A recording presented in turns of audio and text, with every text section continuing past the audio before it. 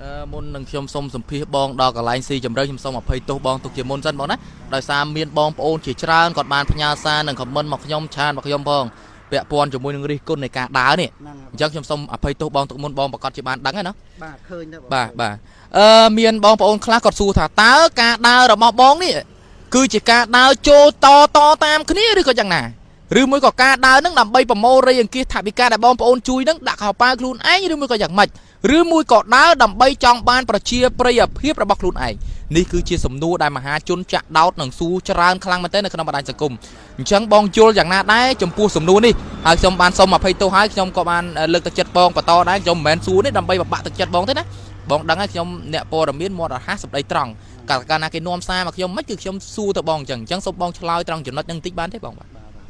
ហ្នឹងហើយបញ្ហាការដើរតាមគ្នាអានឹងជារឿងរបស់បុគ្គលអញ្ចឹងណា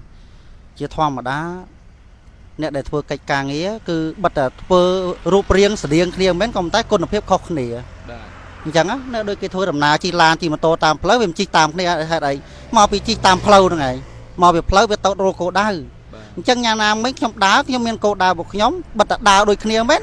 តែខ្ញុំដើរមានគោលដៅផ្សេងពីគេបាទរូបភាពរបស់ខ្ញុំគឺធ្វើដើម្បីបងប្អូនគ្នាចាប់អារម្មណ៍ថាខ្ញុំដើរនឹងដើរដើម្បីអីគឺដើរដើម្បីជំរុញលើកទឹកចិត្តបងប្អូនអរគ្នាឲ្យនិយមប្រើប្រាស់វិស័យផលិតផលរបស់ជាតិរបស់ខ្មែរយើងជាធំទី1វីដេអូមួយណាដែលសភាគឺអញ្ចឹងទាំងអស់បាទបងឲ្យសង្កេតមើលគឺសួរខ្ញុំឆ្លើយអញ្ចឹងទាំងអស់បាទទី2គឺខ្ញុំព្យាយាមចូលទៅតំបន់ទេសចរផ្សេងៗដែលខ្ញុំអាចធ្វើទៅបានហ្នឹងគឺដើម្បីផ្សព្វផ្សាយតំបន់ទេសចរជាតិយើងព្រោះតែកាលណាខ្ញុំធ្វើអីប្លែកគេចាប់អារម្មណ៍គេនឹងចាប់អារម្មណ៍កន្លែងទីកន្លែងដែលខ្ញុំទៅខ្ញុំរៀបរាប់អញ្ចឹងណាបាទអាហ្នឹងជាទី2ទី3គឺខ្ញុំក្រើនលើកបងប្អូនយុវវ័យសិស្សានុសិស្សទាំងអស់គ្នាឲ្យគាត់មានចិត្តស្រឡាញ់ស្នេហាជាតិមាតុភូមិយើ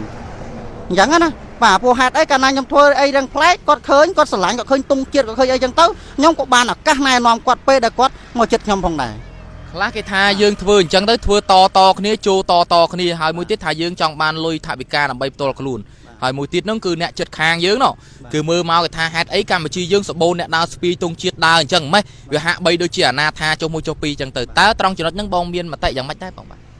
ជាធម្មតាមានគេសរសើរហើយក៏មានគេរិះគន់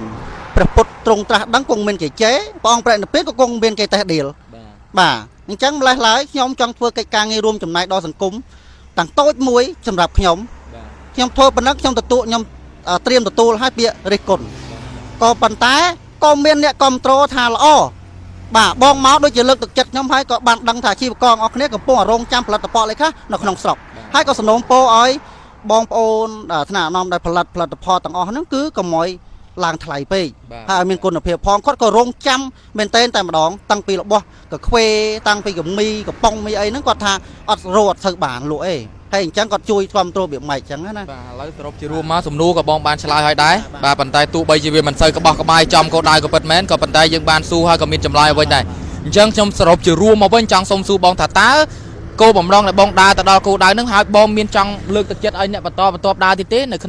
្នុងពេលបច្ចុប្បន្នដែលប្រជាពលរដ្ឋជាច្រើនកំពុងតែរិះគន់ថាមិនចង់ឲ្យមានអ្នកដើរបន្តបាទ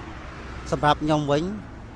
ញប្រសិនណាបើធ្វើរូបភាពណាមួយមានប្រយោជន៍ដល់ជាតិធ្វើទៅបាទអញ្ចឹងទោះបីវាស្តៀងគ្នាក៏ដោយក៏មិនតែបើធ្វើទៅវាបំពុលសង្គមធ្វើធ្វើអីនាំតែអត់ប្រយោជន៍ខាត់ពេលវេលាហ្នឹ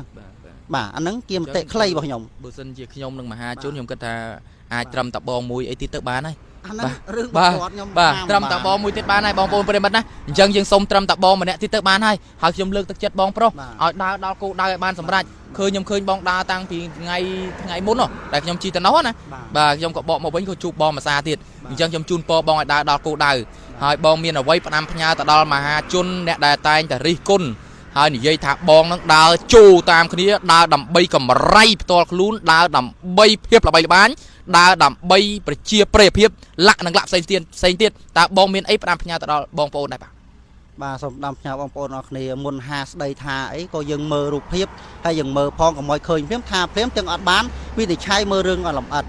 ហើយក៏សូមសំណូមពរបងប្អូនអរគ្នាបើសិនទៅធ្វើអីក៏ដោយមិនថាត្រឹមដើរជិះកង់ជិះម៉ូតូជិះឡានទេបើធ្វ